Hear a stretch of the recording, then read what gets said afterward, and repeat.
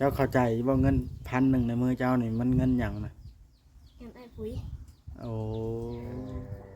เงินอ้ายฟุยที่ว่าตอนนั้นเจ้าจะเว้าขึ้นมาอีกเด้อบาดนี่ โดย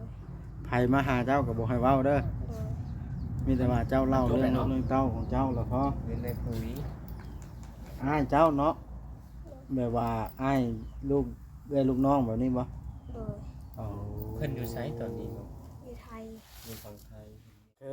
เงินส่วนนี้นะว่าสิพากให้อันทางพ่อจอยเจ้าเอามาให้ละทีแรกแท้แล้วแหละทีมงานร่วมกันกับเพิ่นว่าเพิ่นบ่ว่างเพิ่นหาเวียกงานทำอยู่พุ่นละสมัยอาสาเอามาให้บัดนี้ โดย เพราะว่าทางอ้ายเจ้าเพิ่นว่าเอาให้ตุก1,000ให้พ่อจอย1,000เด้อเพิ่นว่านะคุยกันมื้อนั้นนะ คือจบป่านนี้เนาะ แม่น โดย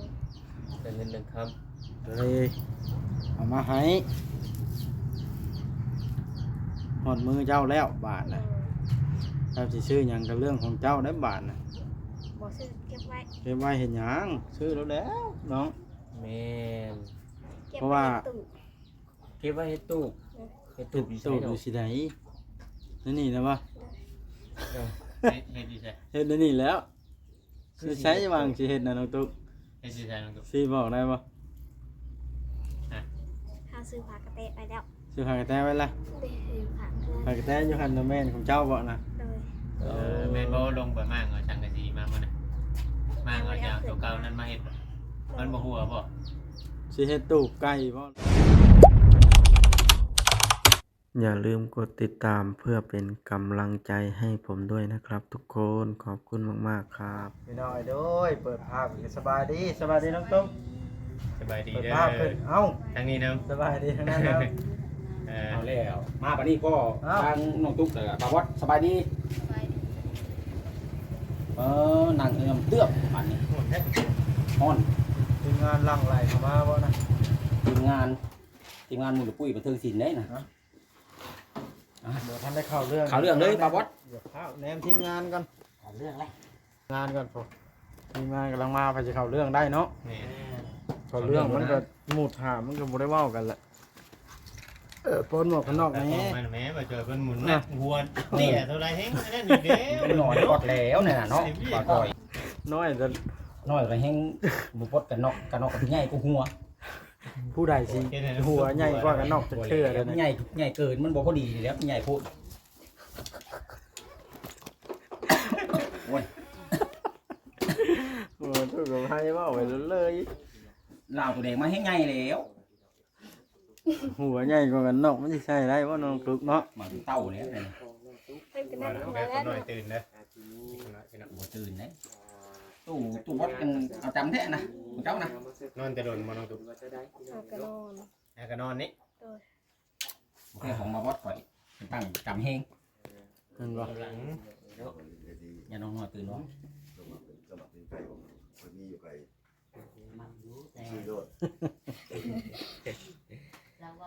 ไปเข้าไก่โอ้ย พี่น้องเอ้ยพูดสบายดีเด้อน้องตุ๊ก เปิดคลิปแล้วเบิดทุกคนแล้วทีมงานน่ะสิเข้าเรื่องแล้วเด้นี่ พูดหน่อยนอนคักลีพี่น้องเอ้ยพูด เราอ้างการรอทีมงานนั่นเปิด สบายดี หลายครั้งแล้วหลายครั้งแล้วมาเห็นน้องลำไยนอนรับเป็นหมายที่เกลือคนนั้นนะเพิ่งนี้ คนฮู้ เอ้าบาดนี้ให้ทั้งบาบอสเขาเรื่องเลย เข้าเรื่องหยังแล้ว เรื่องไงแล้ว มันมีเรื่องอย่างไร มา ล่ะ หาน้องตุ๊กมื้อนี้มีเรื่องอีหยังมาแจ้งหรือว่าอีหยังอ่ะ ก็มีหั่นแหล้วว่ามีเวียกเล็กๆน้อยๆนี่แหละจังเข้ามาน้องตุ๊ก พูดน้ำได้ โอ้โหครับ ตุ๊กท่านรู้ครับ ไปทางได้พอคนน้อยมันนี่ ไปขึ้นอ้อย ไปขึ้นน้อย โดย แนวได้เงินแน่นะ อักบ่ได้แล้ว เห็ดเวียกได้เงินแล้ว โอ้น้องลำไยเพิ่นเป็นได้กลางค่ำกลางคืนเพิ่นบ่ได้ให้ปะ หาย คือเกลี้ยงทำคน2-3 เดือนแล้วนะ เวียกเราเท่านั้นเนาะ อาบน้ำให้ลูกเป็นบ่บัด ยัง ยังอยู่ ยังบ่ทันเป็น อาบน้ำให้ลูกยังบ่เป็น ใส่เกิบเขาได้ข่อย โคตรเกิดแน่บ่จอย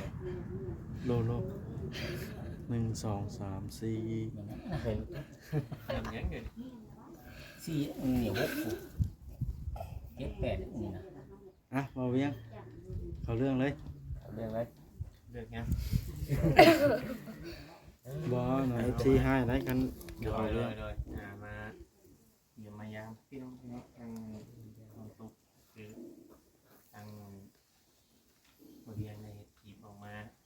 เมื่อเช้านี่แหละเนาะพี่น้องเนาะคืออันทางเงิน1,000น้องตุ๊กจะคุยพอกับน้ำบ่าวบอกคือคุยบ่เลยคุยเนาะคุยกันคือว่าเงินในจำนวนที่ 2,000 นั้นแต่เป็นแยกให้เจ้า1,000ให้พ่อเจ้า1,000เด้อจำนวน 2,000น่ะคือว่าบ่ได้แทนไผแล้วมื้อนี้ทาง คือว่าผมไม่หนีบ่ แม่น เบิ่หนีเบิ่สินเนาะ โดย น้องตุ๊กพอสิเข้าใจอยู่บ่ในว่าเงิน 2,000 ส่วนใดนะเข้าใจอยู่ เข้าใจแล้วบ่ แม่นบ่น้องตุ๊กว่าผมรู้เข้าใจแบบได้นะว่าแต่โดยบ่เข้าใจได้ ต้องเปิดดูว่า น้องบ่เวียงอธิบายผมรู้เข้าใจนะ เราเข้าใจอยู่หรอกเราเข้าใจอยู่หรอก เข้าใจอยู่ดี คุยกันอยู่ เข้าใจอยู่พี่น้องเลย กลับมาน้องครับน้องพี่น้องคือว่าอยู่ทางนั้นทางใครนี่แหละ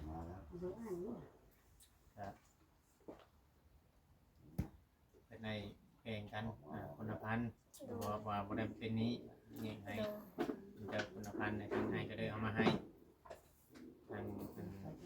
เพราะว่าตอนแรกนะว่าจะเอาเงินเข้าไปแทนในพี่น้องเนาะทางคนรับเงินเป็นทางมาแล้วว่าจะแทนไปยังแทนกันนี่แหละมันนั้นวันนี้ก็เลยโทรไปถามเพิ่นเพิ่นบ่เอาโทรไปถามไอ้ก็บอกคือเราว่าจะเพิ่นก็บ่ฮู้ต้นไอ้บอกเพิ่นเพิ่นบ่เอาเพิ่นพอมีพอได้ใช้อยู่เพิ่นก็เลยนั่นก็เลยอันแบ่งให้มันจังเจ้าก็พอได้มีเงินใช้เงินอย่างแน่นะแบ่งให้ทางประจอยนะ1,000ให้เจ้า1,000 น้องออกมาให้ลูก ก็เลย จะนี่เลยจ้ะ เป็นยังลูกตื่นบอกอ้าวตื่น คนน้อยตื่นแล้ว จะนอนเนาะหูเด้นี่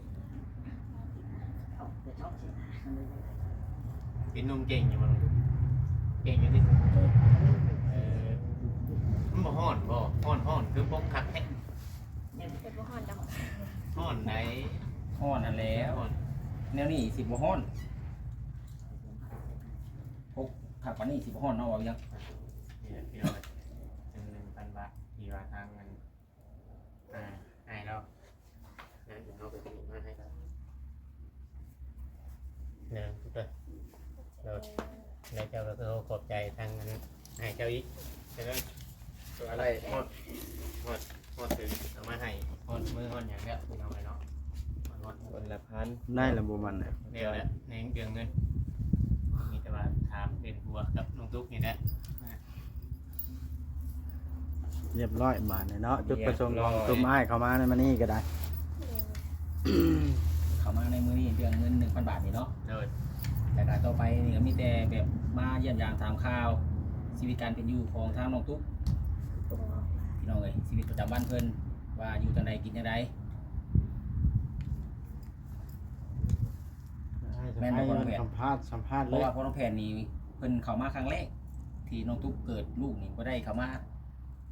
ที่ผ่านมาเนาะ แม่ ให้พ่อน้องแผ่นถามเลยแล้วกันพี่น้องเอ้ย อยากจะถามเนาะ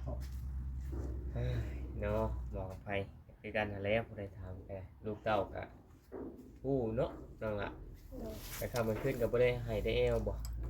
หายแต่ยามเพิ่นอยากนม โอ้ก็ธรรมดาเป็นเรื่องของเด็กน้อยเนาะ สิได้น้องตุ๊ก เนาะ ยามยาก จะมาบอกเข้ามามีภายในเข้ามากูมื้อนี่ บ่มี บ่มีภายบ่ เหงาบ่ล่ะบัด บ่ใช่ เอาเลยแหละ เหงาบ่เหงานะมีน้องลำไยเป็นหมู่ ก็บ่ยอมถิ่มเลยใส่ถุงไว้ ลงนอนอยู่หุ่นบอลน้องตุ๊กน นอนดุมคือเก่าหรือเปล่า โดย ตอนนี้ขึ้นมาพี่เนาะ โดย ตู่คุณ ยังบ่กล้าอาบน้ำให้ลูกย่านหลุดมือเดี๋ยวนี้นะ โดย ให้แม่ย่าอาบก็ โดย ก็บ่เป็นจักเทื่อแล้วเนี่ยนะ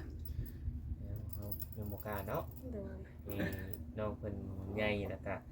กระโตแข็งกว่านี้ก่อน โดย ได้จัก3 เดือนเนาะ เออ ให้เพิ่นดีดปึ้งปึ้งปึ้งก่อน แม่ย่าบ่อยู่ก็อาบบ่มีผู้อาบให้แล้วนั่นน่ะ อย่างน้อยๆกับมันเซียนเพิ่นว่าเนาะน้องหลายนั่นได้เพิ่นว่า บ่ปีโหดแม่ งามบ่ แม่จักแม่นบ่แม่นแต่ผู้เฒ่าเพิ่นเว้าในนั้น ย่านได้บ่ไป คือว่าบอสนอนหลาย นอนหลายเทื่อแล้วก็การเกิดมานี่เนาะ อืม ถ้าเกิดมานี่บ่ต่ำกว่า100แล้ว100เทื่อนะค่อยนอนนะ เอาได้ถามน้องตุ๊ก น้อง นะ ตุ๊ก คนหนึ่งว่าคนหนึ่งมันจังมาสน แม่ พอน้องแฝดว่าถามน้องตุ๊ก ทางพ่อของคนน้อยเพิ่นไปขึ้นอ้อยบ่ โดย ไปซุมื้อบ่เนาะ โดย เฮ็ดเวียกไก่บ่ อยู่บ้านนาขาม บ้านตาขาม โดย โอ้ทางพุ่นบ่ โดย โอ้ไปทางแก่งกระเบาได้เนาะ โดย ตาขามพี่น้องเอ้ยตาขอตาขามไปเฮ็ดไก่เติบได้นี่เอาขี่รถจักรไปบ่น้องหรือว่าจะได้ บางมื้อก็รถจักรบางมื้อก็รถแกะอ้อย รถแก้วไว้นะเพิ่น โดย อืมพี่น้องเนาะชีวิตประจำวันของครอบครัวน้องซุกก็เขาได้นุ่มได้จูพี่น้องเอ้ยรับจ้างก็ได้คนน้อยนั่นละ โดย กินข้าวนี่บ่ข้าวกล้องบ่หรือว่าข้าวเอาหยับ ยังไม่ได้กิน โอ้6 เดือนเนาะ โดย โอ้นั่นแหละ บางคนก็ตรงจามือ แม่นบางคนก็อันนั้นชาวบ้านเฮาบางคนเพิ่นก็ป้อนไว้นะ อย่าง แต่ ป ว่า ระมุกได้บ้านเรา แม่นอย่างเอามุกป้อน แต่ว่านี่ บอกว่า บางคนเพิ่น6 เดือนกินตามพี่น้องกินนมแม่อย่างเดียวบ่เนาะ โดย โอ้ต้องบำรุงแม่อย่างเดียวเท่านั้นพี่น้องเลย เพิ่นบ่ได้หายเด้มันเพิ่นหาย อืม หายเรื่อยๆต้องก่อนเนาะก่อนเขา โอ้อยู่เด้เนาะ ถามน้องตุ๊กคืนดีกว่าน้องตุ๊กถามขอย้ำอ้ายขอย้ำอีกหน่อยเด้อเจ้าเข้าใจบ่เงิน1,000ในมือเจ้านี่มันเงินหยังนะ เงินไอ้ปุ๋ย โอ้เงินอ้ายฟุย เด้อ ที่ว่าตอนนั้นเจ้าจะเว้าขึ้นมาอีกเด้อบาดนี่ โดย ไผมาหาเจ้าก็บ่ให้เว้าเด้อ โดย มีแต่ว่าเจ้าเล่าเรื่องลูกเรื่องเต้าของเจ้าแล้วพอ เงินในปุ๋ย อ้ายเจ้าเนาะแบบว่าอ้ายลูกลูกน้องแบบนี้บ่ โดย โอ้ เพิ่นอยู่ไสตอนนี้เนาะ อยู่ไทย อยู่ฝั่งไทยมีเฮ็ดงานอ๋อ จะได้เงิน1,000แล้วเจ้าสิไปซื้อหยังบัดนี้ โอไว้ อ๋อ ผมเมียนใส่งามจะเป็นเนาะน้อง โด ตุ๊ ย ก งามจับเป็น อืม เว้าบ่ได้ชีวิตเฮาบางเทื่อเกิดเป็นอันนั้นอันนี้บ่สบายขึ้นมาพอได้ โดย แก้ไข โดย เงินเพื่อหาได้บ่ได้ง่ายเด้ โดย เฮาบ่จอย แม่น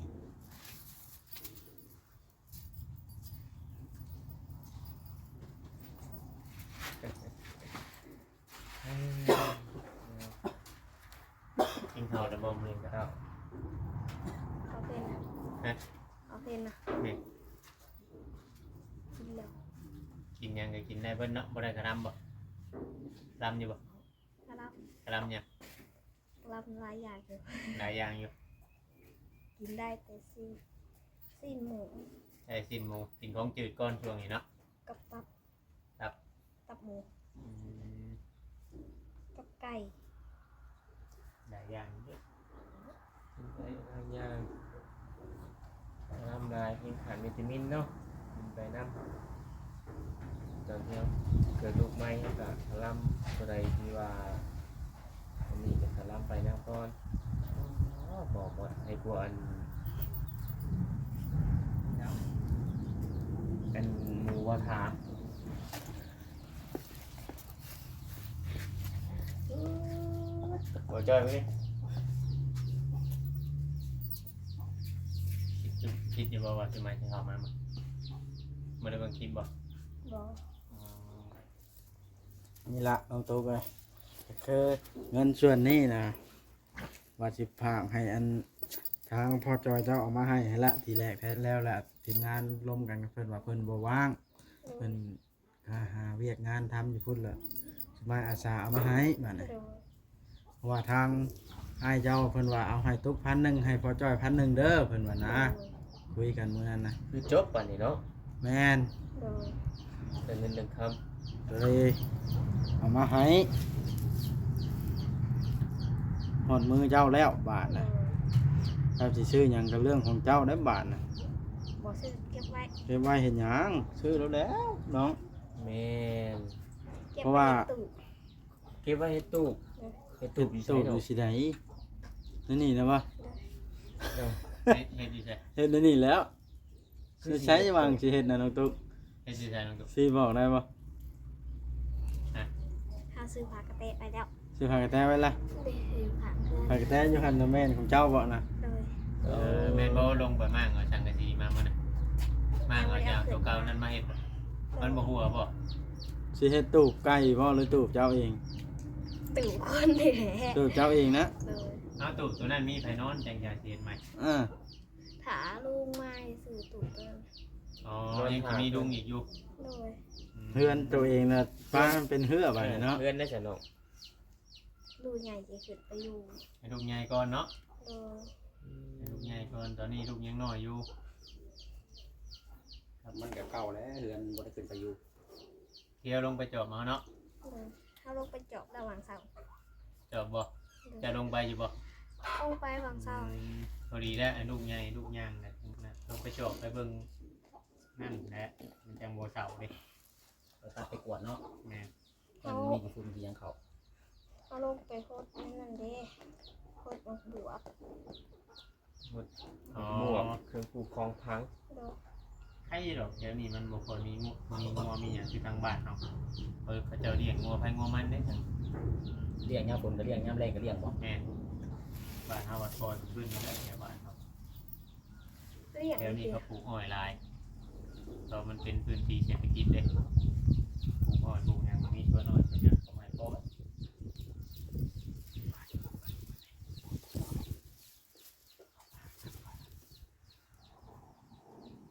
เงินสิเก็บไว้เก็บตู้ให้คนนอน ได้จักพันได้หลายปานใดแล้วเงินโยมมาเฮ็ดตู้นะได้ตัวนี้บ่ยังมีหลายกว่านี้อยู่แต่ยังบ่ทันพอเนาะ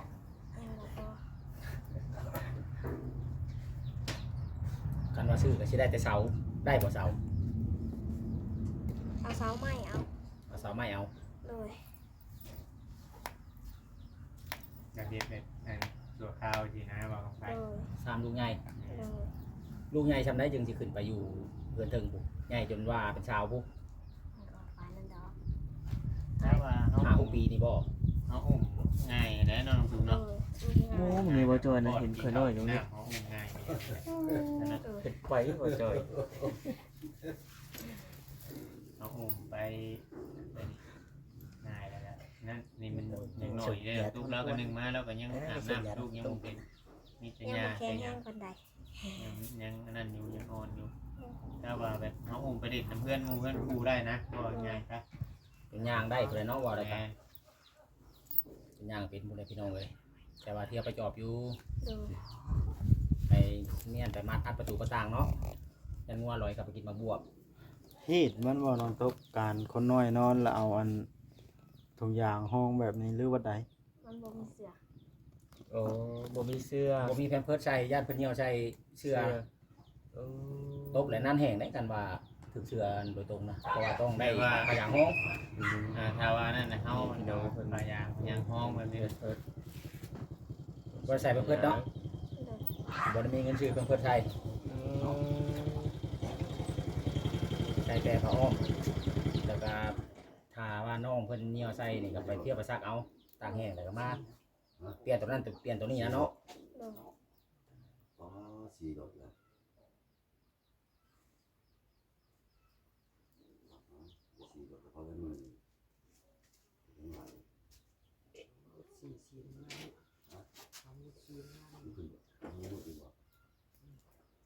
พี่น้องเนาะคือว่าจบภารกิจหน้าที่พี่น้องคือว่าได้มาวันนี้